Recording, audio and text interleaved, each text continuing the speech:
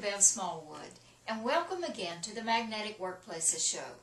We've been doing a video series called This Wasn't Supposed to Happen to Me, 10 Make or Break Choices When Life Steals Your Dreams and Rocks Your World, and that is the name of my book, so feel free to follow along with us if you have a copy.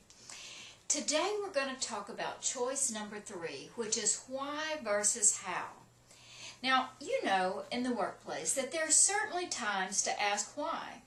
When there's a service problem, when there are things that are going wrong, you need to know where the service is breaking down, where the product defects are coming in, so that you can correct those. So that's a good use of the word why. But there are some people who kind of get stuck on that word why, and they obsessively wonder, why did this happen? Why did it happen to me? What would have happened if I had done something better? What if? What if? And as a result, they're certainly not effective as they could be in doing their work. So why is it that some people really get stuck on those obsessive why questions? Well, some people's brains just kind of go that way. They have a tendency to be obsessive. Other people think that, if I could just find out all the answers, then somehow it would give me closure. Or maybe even if I could ask enough questions and I have enough information, then I'd have power again in this situation. Or maybe even rewrite the ending, make what happened not happen, which of course is irrational, but sometimes we're not rational when things happen. A better question than why, most of the time, is how. How are we going to take what's happened and turn it into something good? How can you adjust to this new situation?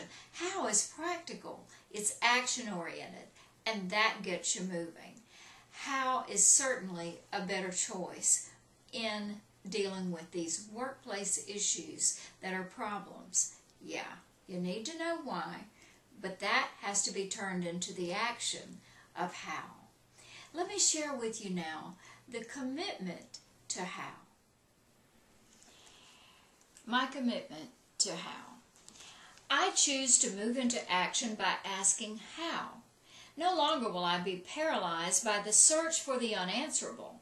No longer will I frustrate myself by asking why and what if and why me over and over again, only to be met with deafening silence or answers that torture me. I recognize that I cannot rewrite history. I can only change my actions and attitudes today. I cannot always comprehend what others do or why they do it. Their minds are not open to me, and I can only try to understand my own motives and continue with my own growth. As long as I reside in this human body, I may never understand some of the things that have happened to me, but that won't stop me from believing by faith that something good is in store for me in the future. I relinquish my obsessive quest for why, and I commit to focus on how.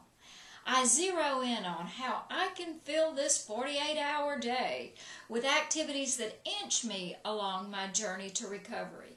I search for ways to live through circumstances that I never chose. In so doing, I will teach myself to deal with pain and move through it. And with God's help, I'll put the pieces of my life back together, perhaps in a different way, but it will work. And through courage and action, I will learn how to live again. Today, I choose how. And I hope that you'll choose not only how, but all the other 10 choices we're talking about in this series. And we'll take choice number 4, doubt versus faith, in our next session on the Magnetic Workplaces Show. I'm Dr. Bev Smallwood. Please come back next time.